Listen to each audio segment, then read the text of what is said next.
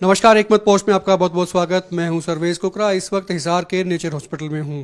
पारिजात चौक के नज़दीक रामा कॉम्प्लेक्स है और वहां पर 32 यानी कि नेचर हॉस्पिटल है। डॉक्टर विश्व नारायण तिवारी मेरे साथ हैं, आयुर्वेदाचार्य हैं। गवर्नमेंट आयुर्वेद मेडिकल कॉलेज से इनका BMS इन्होंने किया है और राष्ट्रीय आयुर्वेद विद्यापीठ में भी इनका अच्छा खासा तजुर्बा है। 12 साल से ज़्यादा ये आयुर्वेद पद्धति से उपचार करते हुए इनको हो गया। डॉक्टर साहब, IBS का आजकल बहुत जिक्र आ रहा है कि IBS क्या है, इससे बहुत लोग परेशान हैं, इसके बारे में जानना चाहते हैं। आईबीएस जिसको कि इरिटेबल बाउल सिंड्रोम बोला जाता है, मतलब इसके अंदर बाउल का मतलब पूरी आपकी आंत को इसके अंदर प्रभावित बताया जाता है। तो आयुर्वेद दृष्टिकोण से अगर मैं बात करूं तो हमारे आयुर्वेद में जो अनाह, आधमान, उदावर्त और ग्रहणी, ठीक है जी, इन सभी चीज़ों का मिक्सचर इस आईबीएस टर्म के अंदर आ रहा है। पर मूलतः अगर हम बेसिक पे जाएं तो कारण तो अग्निमांद है, दूसरा ग्रहणी कला की विकृति है, ठीक है जी, ग्रहणी दोष है।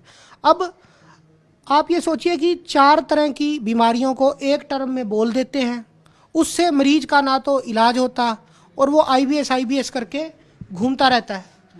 आप क्या कीजिए, एक बार इसके अंदर जिन भी मरीजों को खुद के बारे में ये है कि मुझे आईबीएस है, तो वो एक बार आयुर्वेद चिकित्सा के अंदर उसका निदान करवाएं। तो पहले तो उनकी ये 4-5 चीज़ें अलग अलग होंगी, उसके निदान अलग होंगे और उसकी फिर चिकित्सा भी करेंगे, ठीक है। और मुख्यतः लोग इसके अंदर जो बाद में लंबी जब ये बीमारी बन जाती है तो नर्वस सिम्टम आंतों से जुड़े हुए और फिर दिमाग के अंदर डिप्रेशन से जुड़े हुए सिम्टम भी लोगों के आने लग जाते हैं। उनको ये रहता है कि मैं घर से बाहर भी जाऊं क्या, मुझे बार बार फ्रेश होना जाना पड़ेगा। तो आप ये सोचिए कि इसको लंबा करके आप जो अपनी ग्रहणी कला है उसके अंदर कमजोरी ला रहे हैं, जिससे कि आप पक्की बीमारी की ओर जा रहे हैं।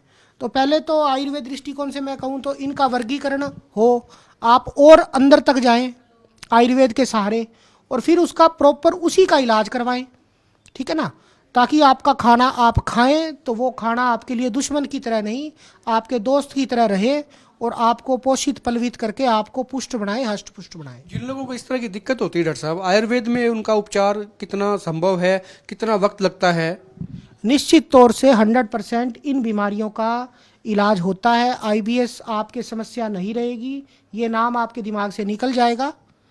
आप इसके अंदर हमारी नेचर हॉस्पिटल में भी आयुर्वेद चिकित्सा से पूर्णतः लाभ पा सकते हैं और 1 महीने के अंदर पूरा स्थिर इलाज इसका होता है। और फिर बाद में आंतों की क्वालिटी, मतलब उसके जो एब्जॉर्ब करने की शक्ति जो बढ़ाने के इलाज हैं, वो भी महीना सवा महीना चलते हैं। मतलब में शरीर जो है स्वस्थ रहता है, भूख उसको ठीक लगती है, पाचन क्रिया। बिल्कुल, जो सप्त धातुओं का पोषण रस धातु से होता है और अन्न रस जो है आपका पूर्ण परिपाक होके अच्छी तरह से आपका निरामल बनेगा और आप खुश रहेंगे, जिसको कहते हैं ना हंसते मुस्कुराते, और आंतें ही आपकी अच्छी दोस्त बनेंगी, क्योंकि उन्हीं ने आपको पालना है, उन्हीं ने आपको पचा के देना है।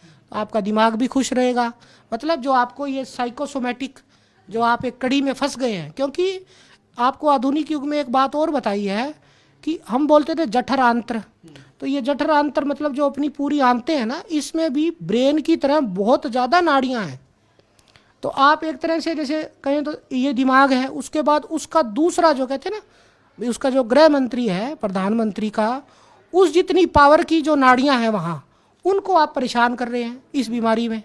तो उन सबको सुख तकलीफ को हल्के में बिल्कुल नहीं लेना चाहिए, इसको बड़ा गंभीरता से लेने की जरूरत है। और आयुर्वेद से तो आप ये सोचिए भी, बिल्कुल इसके अंदर कहते हैं ना भी, मरीज ठीक भी होता है और खुश भी होता है और जान जिसको कहते हैं ना उसकी वो बाहर आती है, उसकी जान। बिल्कुल शुक्रिया डॉक्टर साहब। डॉक्टर विश्व नारायण तिवारी थे। आपकी कोई क्योरी है IBS को लेके तो आप कमेंट करें और नंबर जो नीचे फ्लैश हो रहा है इस पर भी आप कॉल कर सकते हैं। डॉक्टर साहब से अपॉइंटमेंट ले सकते हैं, यहाँ पर दिखा सकते हैं। नेचर हॉस्पिटल हिसार में पारिजात चौक के नज़दीक रामा कॉम्प्लेक्स में 32 नंबर पर है। यहाँ पर आयुर्वेद पद्धति से यहाँ पर इलाज होता है।